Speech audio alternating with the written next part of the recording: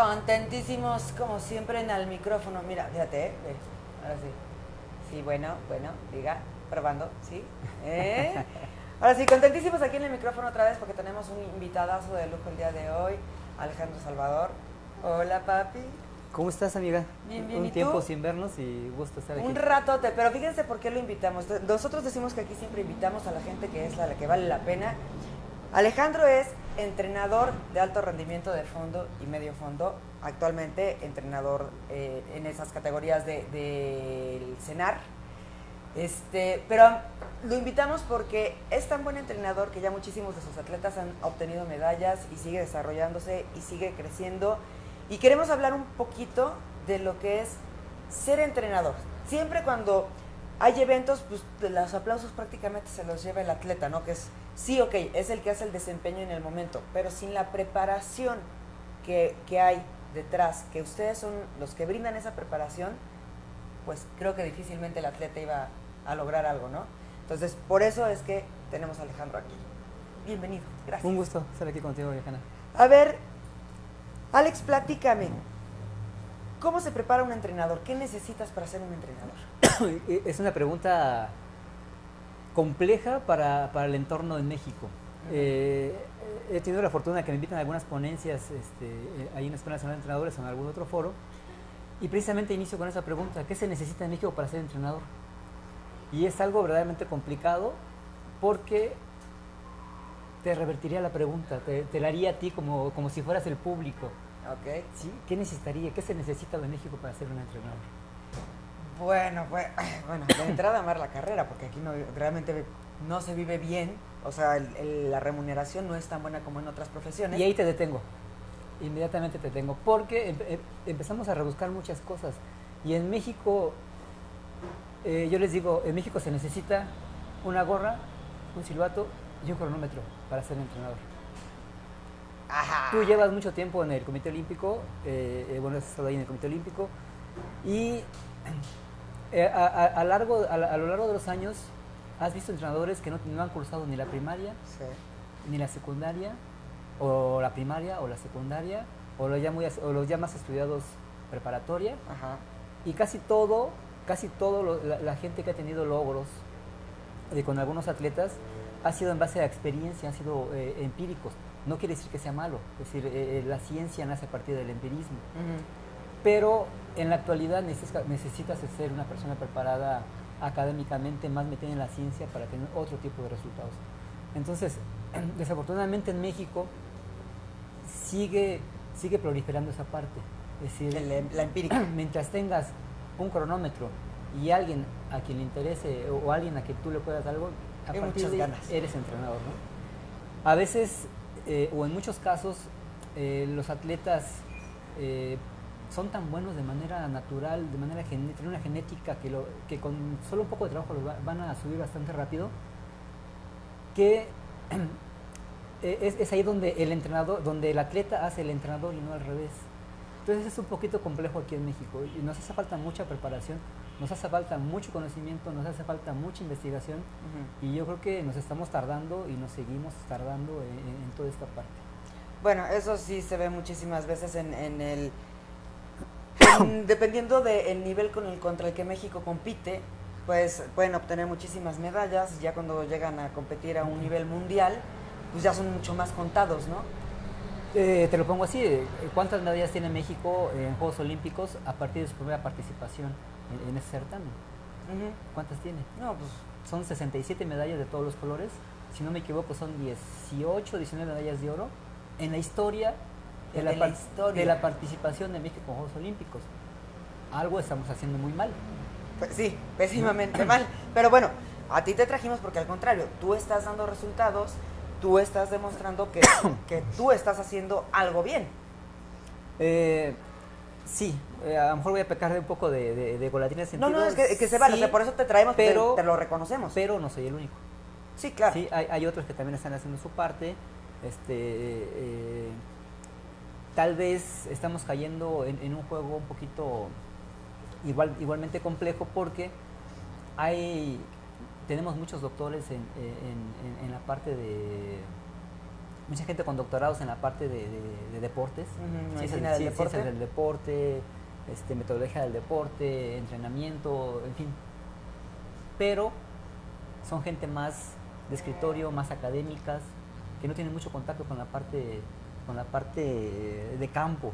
Es que tiene que ser siempre un equipo integral, ¿no? Que no les da ese feeling que a veces el empírico sí tiene. ¿Sí? Que aunque no tenga el conocimiento científico, sí tiene ese feeling de qué hacer, qué poner. A lo mejor no sabe... O sea, a lo mejor el empírico te puede decir, yo no sé por qué, pero esto a mí me ha pasado cada vez que hago Exactamente, esto. Dice, y esto funciona. Y funciona. Pero ¿en cuántos funciona?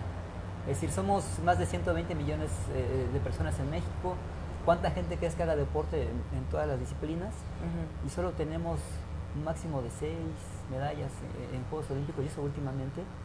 Entonces, sí, como que hemos incrementado un poquito el nivel. Entonces algo está pasando, y repito, que no estamos haciendo bien. Ahora, México es uno de los países que más invierte económicamente en deporte. Pero, ¿qué pasa entonces? ¿En serio? ¿Qué pasa con eso entonces? ¿Qué está pasando? Es Pues, algo que hay que revisar y trabajar en eso para ponerle una solución. Pero bueno, ahí estamos hablando de que o no se está aplicando correctamente el presupuesto a ese desarrollo, o vamos a ser realistas, tengo que preguntarlo, es pregunta obligada, o no están llegando esos apoyos. Mira, algo a lo que como mexicanos ya lo tenemos en la sangre, es a estirar la mano y asignar culpas a otros. ¿Sí? Sí, entonces, sí. Mientras no rompamos con ese paradigma, siempre estaremos diciendo que es por la falta de apoyos, que es porque no me das, que es porque, en fin, y no asumimos nuestra propia responsabilidad. Es decir, yo ahora como entrenador tengo la obligación de prepararme, pero no voy y le digo, oye, yo no hago esto porque tú no me llevas a mí a la escuela, es mi obligación, es una iniciativa propia ir a la escuela. Claro. ¿Sí? Debería ser una iniciativa propia prepararme, debería ser iniciativa propia buscar los propios medios. Es decir, hay países que por muy desarrollados que estén, no le aportan al deporte amateur, entre comillas amateur, ¿no? Sí, ¿sí? Ese es entre comillas, sí. Pero hay mucho trabajo en otros sentidos que sí hay que hacer. Entonces, mientras no rompamos el paradigma de echar culpas y de pedir, no vamos a hacer tú tienes, ok, yo estoy de acuerdo, tú tienes que trabajar, tú tienes que buscarle, tú en tu caso como entrenador, bueno, pues tú te preparas, acabas de terminar tu maestría, o sea, tú estás adquiriendo tus conocimientos necesarios para tu labor y se está notando tanto que tus atletas están ganando medallas y están obteniendo buenos resultados, ¿ok? Pero entonces, si tú no estás recibiendo un apoyo económico, a lo mejor o no llega, o está mal distribuido, o se está mal usando. Eso yo creo que es lo que se tiene que analizar de... Habría que ver, porque a final de cuentas, dentro de la ley de deporte en México, es decir, el Estado tiene la obligación de apoyar esta parte del deporte. ¿Sí? Y lo hace. Tal vez no sea de la manera más eficiente. Porque ahora te voy a dar la otra parte, la otra cara. Es decir, mucha gente va a decir, no soy esto porque no me apoyaste. Pero te doy la otra cara, que también lo platico en algunas conferencias que he tenido la oportunidad de dar. Es decir, si nos quejamos de que no hay apoyo y por esa falta de apoyo no soy lo que yo quiero ser, entonces está también la otra parte. En el caso mío, mis atletas tienen hospedaje, alimentación, en su momento tuvieron escuela, es decir, ya uno ya salieron, ya están en la universidad, otros siguen estudiando ahí dentro del CENAR. En la mayoría de las veces tenemos transporte para dirigirnos a las áreas de entrenamiento. En muchas ocasiones también nos dan transporte de manera terrestre a los lugares de competencia. Yo recibo un sueldo por parte de la Comisión Nacional del Deporte. ¿Cuál crees que sea mi mayor problema? Si mis alumnos tienen todo lo necesario para desarrollarse de manera adecuada. No, pues ahí sí más bien serían tus conocimientos, ¿no? Es lo que tú sepas aplicar como entrenador. O sea, te están dando todo. Esa pudiera ser una parte. Es decir, el entrenador va a repercutir de manera negativa o positiva, sin duda. Pero en la parte de los Piensen, atletas. los voy a dejar con la duda, los voy a dejar con la duda. Vamos a un corte y regresamos con Alejandro y más atletismo.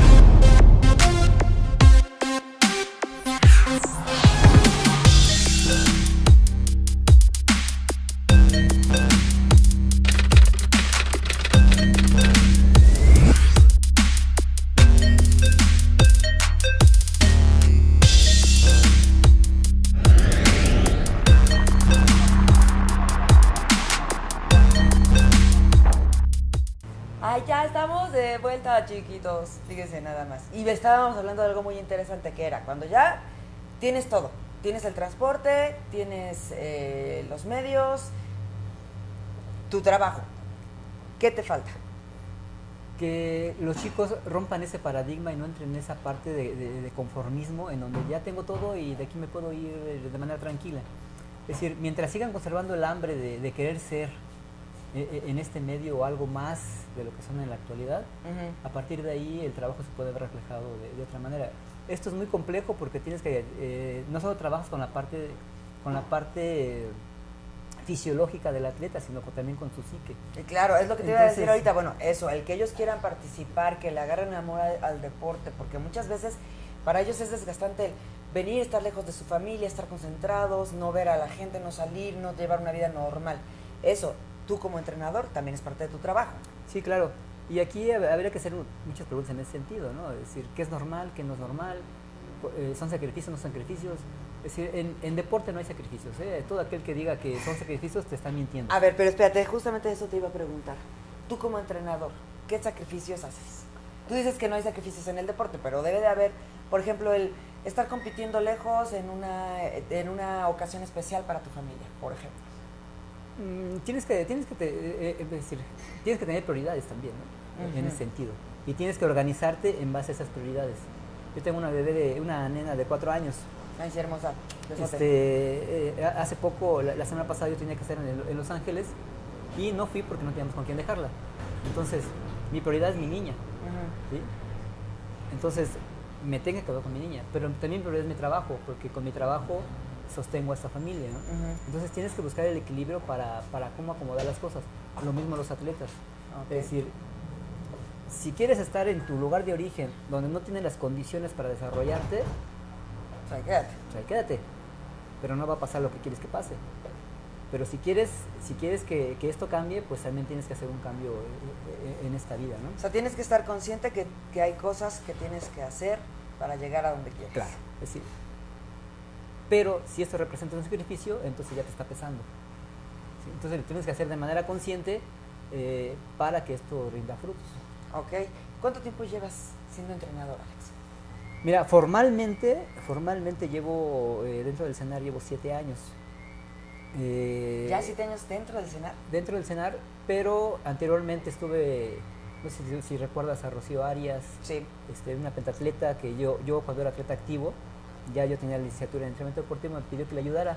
Bueno, le ayudé, fue medallista panamericana, pero desde entonces, desde por ahí por el 97, empecé a hacer mis pininos como entrenador de manera directa, y ya de manera formal hace 7 años más o menos. Sí, es que resultaste buen entrenador, papá. sí resultaste bueno. A ver, dame tu opinión.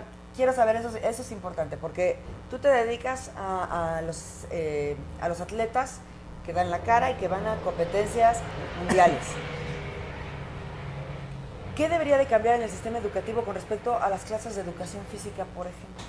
Que antes era, ya sabes, era el clásico de que sal y báilate una tabla, digo, en mi época, ¿no? Creo que somos contemporáneos, tú y yo, entonces entenderás de qué hablo, era hazte una tabla gimnástica, ¿no? Y ahora, bueno, ya por lo menos los enseñan a jugar básquetbol, el reglamento, voleibol, cosas por el estilo. ¿Qué crees que debería de cambiar? Mira, yo no soy especialista en educación, ni lo he estudiado, no conozco cómo está la nueva parte de esta reforma educativa. Pero lo has visto, o sea, sabemos, sin embargo, cuando te dicen los niños, me sacaron a deportes, ¿y qué hiciste? Pues nada, o sea... Sin embargo, en toda esa parte que sí he visto de manera indirecta, ya es un poquito más integral. Es decir, ya se hace un poquito más deporte, ya se hace un poquito más, es decir, la función del educador físico sigue siendo un trabajo más integral, pero ya con cierta inducción a algún deporte específico, ¿no? Aunque siguen viendo generalidades. ¿Qué debe de cambiar? No lo sé, necesitaría revisarlo, estudiarlo, y eso requiere de mucho tiempo. Ya te tocará que tu niña vaya y te diga, me llevaron a la clase de educación física, ¿y qué hiciste? Nada, nos dijeron que ahí podíamos, nos pasaron una pelota y nos dijeron que hiciéramos lo que quisiéramos. Ay, bueno, ahí entra la parte ética, ¿no?, del profesor. Pues sí, pero la verdad es que muchas veces las escuelas no son tan exigentes en el área de deporte, son realmente pocas las que exigen determinadas horas. A ver, tenemos estas clases, y ni siquiera extracurriculares, ¿no?, sino tenemos estas clases, estas opciones. Yo me acuerdo que a mí, por ejemplo, en la secundaria, a mí me hicieron ir a competir al plan sexenal en salto de longitud, gané el 3er lugar. ¡Yes! Y orgullosa porque aparte competí con gente más grande que yo, porque no había de mi categoría, entonces me llevaron a competir a fuerza. Pero ya, me llevaron una sola vez para la contar. Sí, no hubo más. Sí, no hubo más. Es difícil esa parte. Pero bueno, a ver, ¿cómo se te dan? Bueno, ya me dijiste tú cómo empezaste como entrenador, pero realmente, ¿cómo conseguir una oportunidad como entrenador? Que alguien llegue y te diga, a ver, tú eres entrenador, a ver, ven, entréname, te voy a dar chance de que hagas tu primer empleo. Para empezar, como en todo, ¿no? Tienes que tener la vocación para esto. La otra, yo no sé si el ser entrenador lo escogí yo o eso me escogió a mí. Lo cierto es de que en todo lo que hagamos tenemos que tener iniciativa. Ajá. Es decir, las oportunidades no van a llegar estando sentado aquí. Entonces, pero siempre y cuando te guste. Desde luego, ¿no?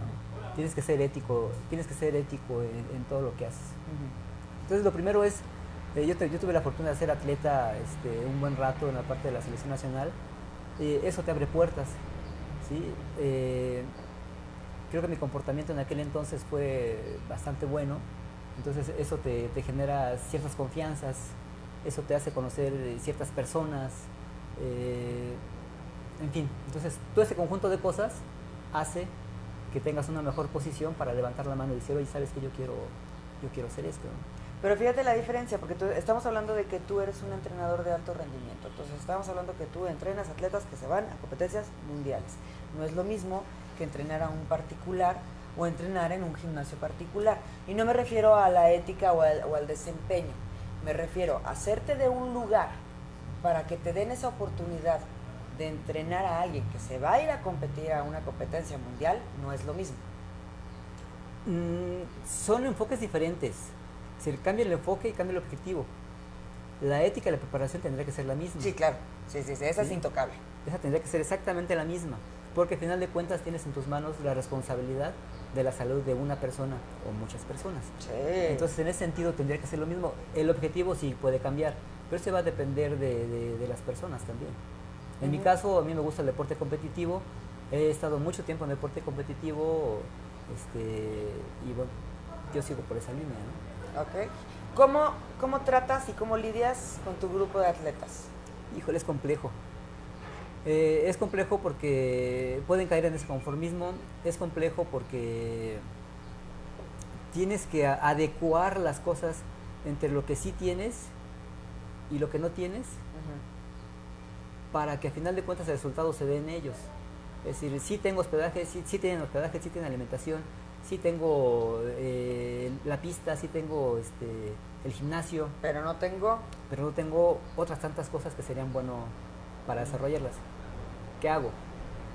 Pues buscar las formas, adecuas las cosas para que esto se dé.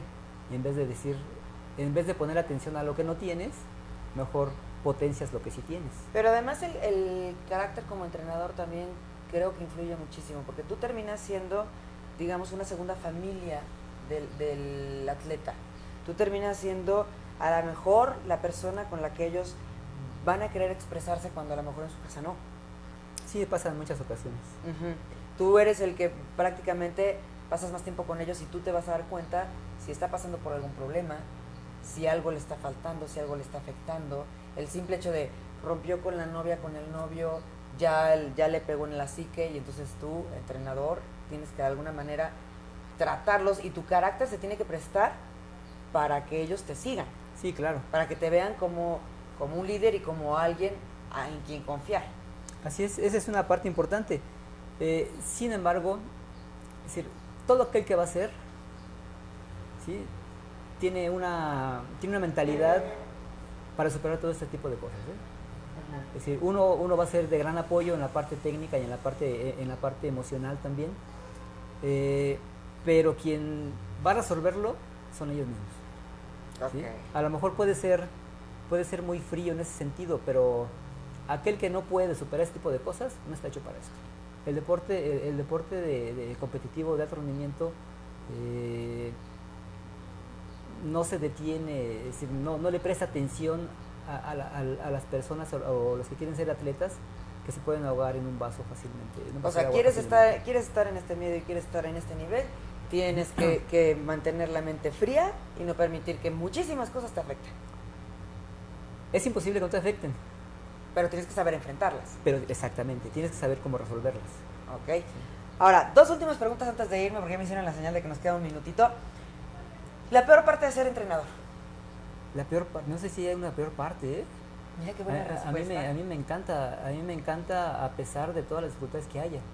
Yo creo que la dificultad, el problema que se genera dentro del mismo deporte o dentro de la misma área, es una oportunidad para poder abrirme a otras cosas y buscar otras posibles soluciones. O sea, siempre la vas a ver como una ventaja. A mí me encanta.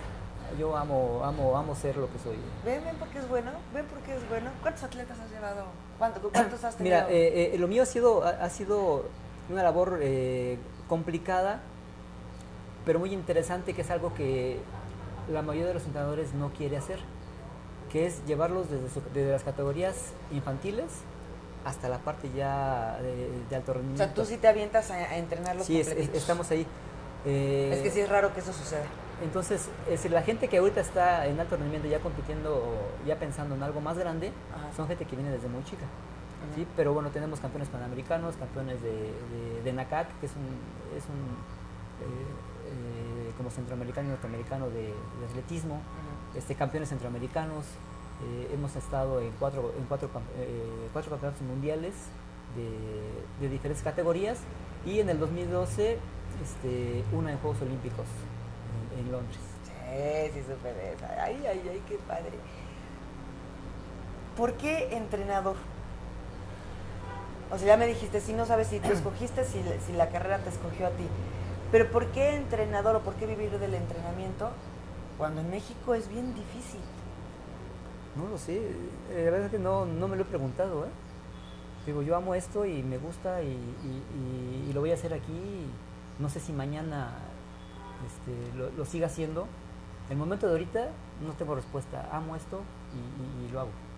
Está bien, qué padre. Es que eso hace un entrenador, es amor al arte, bueno, no tanto amor al arte, pero es amor al deporte.